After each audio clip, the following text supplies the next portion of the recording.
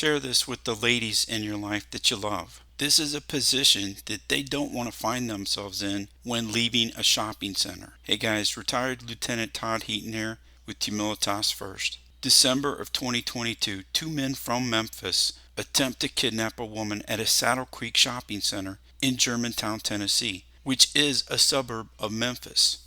What sorts of things could have been done to avoid this really vulnerable position in the first place? Humilitas First teaches 4 fundamental public safety rules. Number 1, avoid high crime dangerous areas. Number 2, avoid dangerous men. Number 3, avoid dangerous time periods. And number 4, learn to be more efficient in areas of vulnerability, or don't loiter in areas of vulnerability. If I lived around Memphis, Tennessee, I would begin by doing some internet research to start figuring out, hey, where are the high crime dangerous areas based upon violent crime? Once I identified these, with as few exceptions as is possible, I would strive to spend my money and my time patronizing areas that are not high crime dangerous areas. Okay, this is where Germantown is located. Right here, this is where the crime actually happened. Look, it's right next to a higher crime area. Let's expand back out. Look at all this green beyond the periphery. This is the periphery. Think about it in terms of putting some distance between you and that periphery. The next thing I would do is I would try to find a location that's nearby that is going to be a lot safer. Based on this crime map, I'd be looking for an area that's green, like over here at Collierville, Tennessee. So how much would it cost me in terms of time and distance? Say I want to shop at this location a little further away from Memphis. Say that I lived in Germantown. Round trip a little over half an hour and about 20 additional miles. Okay, next question. Do they have any shopping centers in Collierville? Yes, they do. What time did this attempted kidnapping happen? Approximately 8 p.m., which is after dark. Based on my experience, if I have to go to a high crime dangerous area for some reason, I'd prefer to do that in the early morning hours, like say 7 a.m. to noon. Definitely not after dark.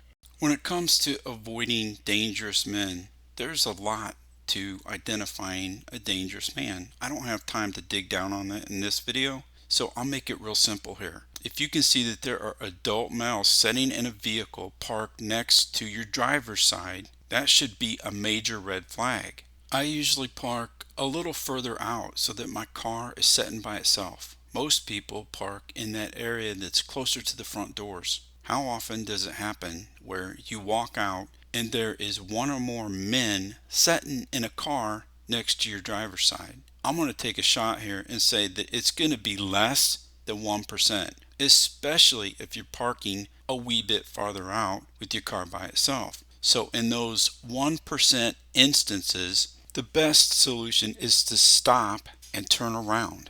Go back into the store, request security or a manager to escort you to your car due to the circumstances, which you're going to explain to the manager. Can you think of any reasons why she may have felt that she couldn't do this? Part of understanding what happened includes, using Google Earth. Go look at the location, see if you can figure out where you think it happened. I think it happened right here. So when I look at this store, I can see the name of the store. So I can do a little internet search and find out, hey, what time does this store close? Because remember, this crime was reported, police were dispatched right around 8 p.m. Guess what time the store closes? 8 p.m. So here's a big tip. Do not leave a store at night at closing time. Why? Well, it has to do with expectations. If you've ever picked up a loved one who's getting off work from a store, then you know that there's going to be several cars in the parking lot that are going to be occupied. So then it's going to be normal to see a bunch of guys sitting in a car and maybe close to your car, especially if you're parked in the front row right across from the store. So that's a time thing that fits into the dangerous times category. So when you think of the safety rules, I'm going to give you the recipe for disaster. The recipe is go to a high crime dangerous area at night, on the weekend, in the summertime, and purposefully put yourself in close proximity to men who hold themselves out as dangerous kinds of guys. And then just loiter there. Just hang out. See what happens. When I look at this incident, I see 3 of the 4 safety rules that were violated. With each additional rule violated, you're stacking odds against yourself and potentially against your family if they're with you. Rather, we want to begin stacking odds in our favor, not against ourselves.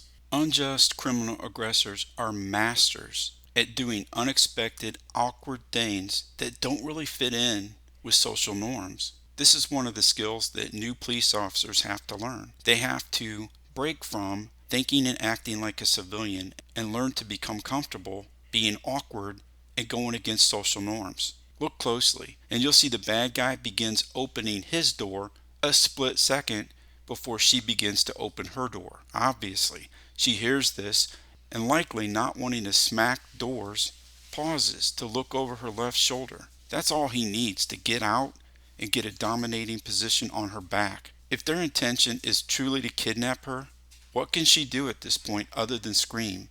Not much. Using her wits and trying to talk him down, that's not happening if kidnapping is the goal. Reaching for a concealed carry weapon once he has her back is also not going to work.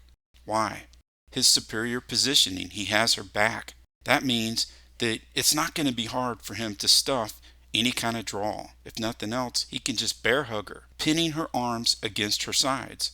I remember lamenting some bad circumstance I was experiencing as a patrolman to a sergeant, an old sergeant on midnights, and he looked at me and he said, "Sometimes you get the bear and sometimes the bear gets you." This bad positioning is the bear getting her. You don't want to find yourself in this position. What stopped this was a third party, concealed carry, Good Samaritan. Without this man intervening, this likely would have ended very badly.